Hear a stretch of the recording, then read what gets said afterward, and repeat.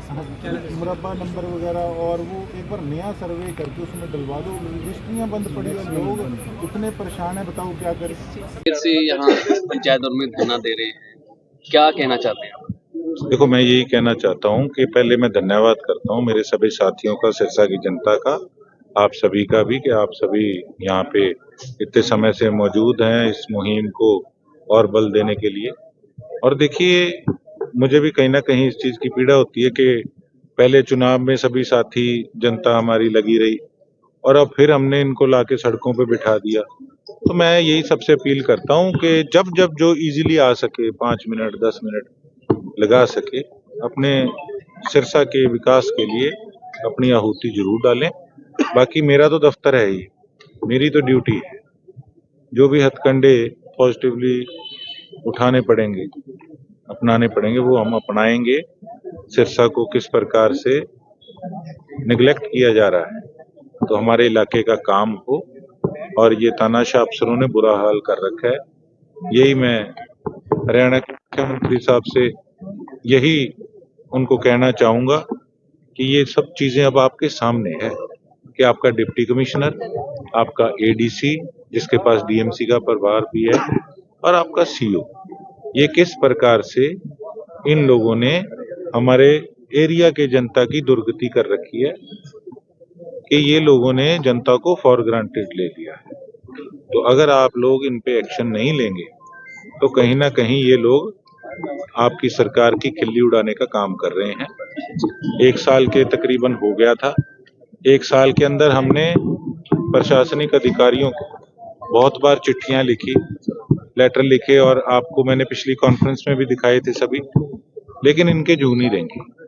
तो बात ये है, मेरे तो एक थ्योरी है, या तो किसी काम में पढ़ो ना, और अगर पढ़ो तो फिर कुछ भी हो जाए उससे पीछे ना हटो। हमारे पूर्वजों ने भी, मेरे परदादा के पिताजी ने भी इस देश की आजादी के लिए उन्होंने अपने जेल में श्वास दिए थे, और हमारे बुजुर्गों ने, मेरे फादर साहब ने भी हमेशा सच्चाई की लड़ाई लड़ी। मेरे माताजी ने हमेशा सिरसा की जनता की फेवर के अंदर ही अपने, सरकारें उल्ट थी कई बार, लेकिन एक पॉलिटिकली तौर पे हमारी फैमिली को राजनीति में खत्म करने के लिए काम धंधे भी बंद किए गए, जेलों में भी डाला गया। तो हम उन लोगों में से नहीं हैं कि चुप करके बैठ जाएं। हमारे हौसले इतने बुलंद हैं, हमारी रगों में ऐसा खून है कि हम संघर्ष करने के लिए बने हैं और संघर्ष करने को ही अपना कर्म समझते हैं। कितने काम आपने पूरे 1 साल में जिला प्रशासन को दिए और कितना हो पाया उसमें से? मैंने बहुत काम दिए हैं, आपको उस दिन मैंने पेपर्स भी बकायदा सारे दिखाए थे। काउंटिंग में बताओ। मैं ये सारे काउंटिंग तो सारे दे दूं, सारे दे दूं, सारे दे दूं। ये भी अभी मेन डिटेल्स मैं लेके आया हूँ सारी, ये देख लो आपके सामने, ये सभी उनकी मैं कॉपियां लेके आया हूँ, ये आपके सामने है। और 20-30 हो। नहीं, 20-30 क्यों है भाई साहब, ये देखो एक के अंदर काम कितने कितने हैं। आप ये देखो कि डी प्लान का है, जो डी प्लान का पैसा ये लोग अभी तक नहीं दे पाए। इस बार तो उठा के इन्होंने 5 से 6 ट्यूबवेल दे दिए और ऐसे कर दिया कि पता नहीं क्या एहसान कर रहे हैं। अभी तक वो भी जो है वो 6 ट्यूबवेल भी शुरू नहीं हुए। ये देखो आप एक पेज पे कितने कितने काम, काफी काम है ना, ये कोई ऐसे 20-30 वाला काम नहीं है। तो कुछ प्रशासन का रवैया किस प्रकार रहा? ये देखो आप, ये हर गांव की सड़कें हैं। ये एक गांव की देख लो, बेकू की 17, ऊपर रंगड़ी की 9, ये आपके सामने है। ये ऑटो मार्केट का मुद्दा है, विधानसभा में मंजूर माइनर, दिलतानिया माइनर, हाउसिंग बोर्ड फ्लैटों का। ये देखो रजिस्ट्री के बारे में, ये पानी की बारी के बारे में। तो ये सभी मेन मुद्दे हैं। प्रशासन का रवैया किस प्रकार रहा? प्रशासन का रवैया तो आप देख ही रहे हो सुबह से कि किस प्रकार का है। तो ये जो चीजें हैं ना, ये कई लोकल पॉलिटिशियन भी काम नहीं होने देना चाह रहे। तो मैं तो यही बात कहूंगा कि ये लोग सरकार की खिल्ली उड़ाने का काम कर रहे हैं। मेरा रोल मैंने अदा करना है।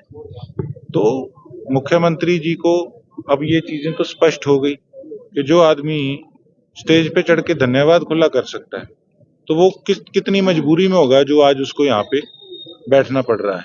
गोकुल जी, आप लगातार नशे का मुद्दा उठाते रहे हैं, आप गायक हैं, रात एक में हुई है, माल खाने का जो इंचार्ज है जी, वो लास्ट पेज ये पता चला है कि पुलिस ने उसको गिरफ्तार भी किया। वो जो जब्त करती थी पुलिस नशा, जी, उसको बेचने का काम कर रहा है। काफी ऐसी चीजें हैं, मैं सभी नहीं कहूंगा, बहुत ईमानदार पुलिस कर्मचारी भी हैं, लेकिन चंद हर डिपार्टमेंट में होते हैं। अब राजनीति में देख लो, ज्यादातर सारे चोर हैं। तो पुलिस महकमे भी कुछ कैसे लोग हैं जो महकमे को बदनाम करने का काम कर रहे हैं। ये आपके सामने लेटर है जी, मैं डिटेल नहीं इसकी दिखा सकता। ये अड्डों की डिटेल जो मैंने लिख के दी थी, ये रिप्लाई आया था पिछले एसपी साहब का, और इसमें सारे अड्डे लिखे हुए हैं अपने हल्के के, सिर्फ चिट्टे चिट्टे वाले, गोलियों वाले नहीं। तो उस पे जवाब आया प्रशासन का कि छापा मार लिया, बरामदगी नहीं हुई।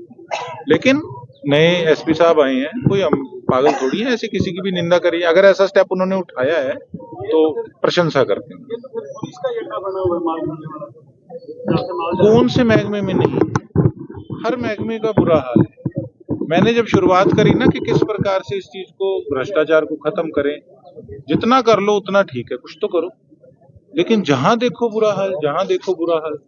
और बाद में पता लगता है कि पैसे तो बड़े बड़े लीडर खा रहे हैं, उनकी सेटिंग है। तो हम एक विभाग के केवल कुछ चंद लोगों को जिम्मेवार नहीं ठहरा सकते, उनको शेल्टर देने वाले तो कई पॉलिटिशियंस हैं। आपकी पार्टी की सांसद महोदय अंदर बैठे हैं, मीटिंग में हैं, क्या रणनीति रहेगी? उनसे भी मुलाकात करेंगे? नहीं, उनसे हमें होप है, इसीलिए बैठे हैं। देखो, मौका होता है, ग्रीवेंसेस में सारे ऑफिसर्स आते हैं, या फिर दिशा की मीटिंग में सारे ऑफिसर्स आते हैं। हमारा कोई एक ऑफिसर से सवाल नहीं है, हमारा पूरे सरसा के प्रशासनिक अधिकारियों से सवाल है कि आप एकजुट हो। मैं तो सबसे बात डिबेट में पूरा पढ़ने को तैयार हूं। कागजों को छोड़ो, इनका जवाब तो दो। अब आते हैं अफसर बार जवाब मांगे, ऐसे नहीं। क्योंकि आप जब यहाँ आ रहे थे पहले बैरिकेड लगा दिए गए थे और पुलिस प्रशासन वगैरह तो पुलिस प्रशासन ने, देखो, फिर भी कहीं ना कहीं मैं ये बात कहूंगा कि बड़ा नरमाई से अपना काम किया। और देखो, इनकी भी अपनी ड्यूटी है, जो इनको इंस्ट्रक्शंस मिलेगी इन्होंने उस प्रकार से उनको फॉलो करना। ठीक है, हमें भी, हमारा ये काम है कि हमें मौका मिला है, हम चाहते हैं कि हम अंदर जाएं। नहीं तो प्रशासन की तो यही रणनीति थी कि सबको यहाँ से बस फैला दिया जाए, सब अपने अपने चले जाएं और बात सारी ठंडी हो जाए। क्या लगता है आज के एपिसोड के बाद में अगली मीटिंग से पहले कुछ सुधार देखने को मिलेगा? मेरा तो रोज का काम है। मेरा क्या है, मैं बिना बताए चला जाऊंगा। मेरा क्या है, अगर मेरा प्रोटोकॉल है, मैं डीसी ऑफिस तो जा ही सकता हूँ ना। तो डीसी ऑफिस जाके मैं कह सकता हूँ ये लाइव चल रहा है, इस पे आप रिप्लाई तो दो, जा सकते, बिना बताए जा सकते। और भी आएंगे लोग।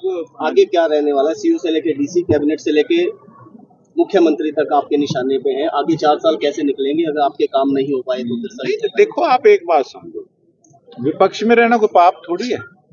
ये तो एक राजनीति का कुछ नहीं पता लगता किस तरफ कब करवट ले ले। हम विपक्ष में हैं, देखो, विपक्ष का तो इतना मजबूत हमारा विपक्ष है, तो ये तो अंडरस्टूड है कि संघर्ष करना पड़ता है। तो हम अपना संघर्ष करेंगे, बाकी तो जनता ने आने वाले समय में तय करना है कि किस आदमी के प्रयास सच्चे थे और कौन राजनीतिक रोटियां सेक रहे थे। ठीक है जी, थैंक यू।